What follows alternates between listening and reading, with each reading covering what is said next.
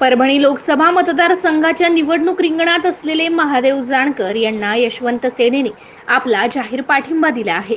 परभणी शहरातील अतिथी हॉटेलमध्ये बुधवार दिनांक 17 एप्रिल रोजी यशवंत सेनेचे राष्ट्रीय अध्यक्ष बाळासाहेब दोडतले यांच्या उपस्थितीत पत्रकार परिषद संपन्न झाली। या पत्रकार परिषदेमध्ये संघटनेच्या कार्यकर्त्यांसमक्ष हा निर्णय घेण्यात आलाय।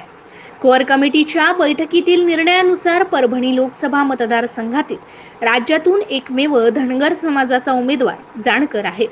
यामुळे राष्ट्रीय नेते बाळासाहेब दोडतले यांनी पाठिंबा जाहीर केलाय। यावेळी प्रदेशाध्यक्ष प्राध्यापक माणिकराव दांगडे पाटील, राष्ट्रीय संघटक इंजिनियर गोविंद नरवटे, प्रदेश उपाध्यक्ष समाधान पाटील, इंजिनियर बाबासाहेब भोजने यांच्यासह यशवंत सेनाचे पदाधिकारी कार्यकर्ते उपस्थित होते। MCN न्यूज मराठी करिता महबूद खान, परभणी। राष्ट्रीय समाज पक्षाला ही जागा सोडलेली आणि माननीय जानकर साहेब ही जागा स्वतः लढत आहेत। या राज्यामध्ये एकमेव धनगर समाजाचा उमेदवार आहे आणि BK कोकरे प्रणित यशवंत सेनेच्या वतीनं जी धनगर समाजासाठी काम करणारी अहोरात्र संघटना यांनी काल बैठकीत निर्णय घेतला की जानकर साहेबांसारखा नेता हा संसद भवनात निवडून गेला पाहिजे आणि धनगर आरक्षणाच्या प्रश्नावरती सभागृहामध्ये आवाज उठवला पाहिजे। हा आवाज उठवण्यासाठी, समाजाचे प्रश्न सभागृहात मांडण्यासाठी यशवंत सेनेने आज परभणी लोकसभेसाठी माननीय जानकर साहेबांना जाहीर पाठिंबा दिला।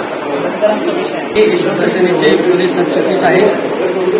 त्यांनी तुम्ही म्हणता तसं त्यांची चर्चा आमच्याही कानावर आली, म्हणूनच आमची बैठक झाली आणि या बैठकीमध्ये राज्यातील सर्व यशवंत सेनेच्या प्रमुख पदाधिकाऱ्यांची कोर कमिटीची बैठक होऊन निर्णय घेण्यात आला की जानकर साहेबांना पाठिंबा द्यायचा आहे। आम्ही सगळेजण आता एक झाल्यानंतर सूर्यदादा मंडळ यांच्याकडे जाणार आहोत आणि त्यांनाही या जानकर साहेबांच्या पाठीशी उभं राहण्याची त्यांना विनंती करणार। त्यांनी ही भूमिका वेगळी आहे आणि त्यांची वैयक्तिक भूमिका त्यांनी काल जाहीर केली होती। यशवंत सेनेनं आज यशवंत सेनेची भूमिका जाहीर केलेली आहे। आम्ही सगळे सूर्यदादा हे आमचेच आहे।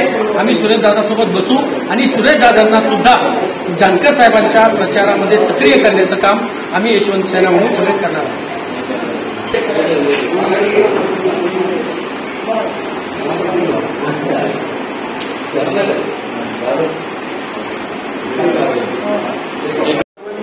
काही प्रश्न आले ते त्यांनी सातत्यानं मार्गी लावलेले, त्या बाबतीमध्ये एकट्याच्या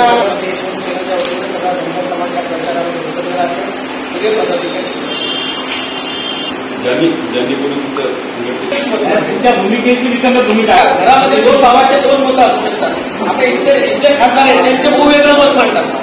भाऊ आहेत ना ते एका पक्षात नाही, पक्षाचं नाही, ही संघटना आहे। एका संघटनेत राहून दोन मतं कशी व्यक्त करतात? नाही, प्रत्येकाचं मत वेगळं असू शकतं। ते दोन भाऊ आहेत, ते दोन प्रत्येकाला